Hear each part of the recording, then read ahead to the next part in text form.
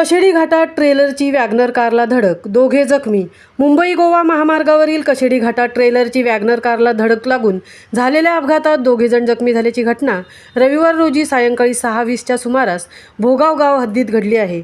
याबाबत सविस्तर हकीकत अशी की ट्रेलर क्रमांक MH14FT 7864 यावरील चालक रवी राजेंद्र तिवारी वय 29 राहणार प्रतापगड राज्य उत्तर प्रदेश हे आपल्या ताब्यातील ट्रेलर पुणे ते रत्नागिरी असे चालवीत घेऊन जात असताना नमूद ठिकाणी आल्यावेळी सदर ट्रेलर हा पाठीमागे येऊन त्याच्या पाठीमागे असलेली वॅगनर कार क्रमांक MH02DJ 5893 ला धडक देऊन अपघात झालेला आहे. या अपघातामध्ये वॅगनर कारमध्ये असलेले चालक व त्यांची पत्नी यांना किरकोळ जखमा झाल्या आहेत.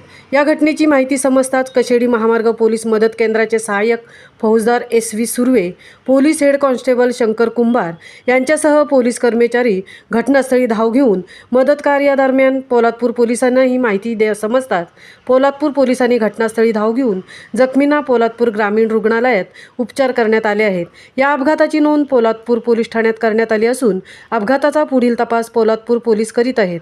अपघातग्रस्त वाहने क्रेनच्या सहाय्याने रोडच्या बाजूला करण्यात आली असून महामार्गावर वाहतूक सुरळीत चालू आहे. महामुंबईसह धनराज गोपाळ, पोलादपूर.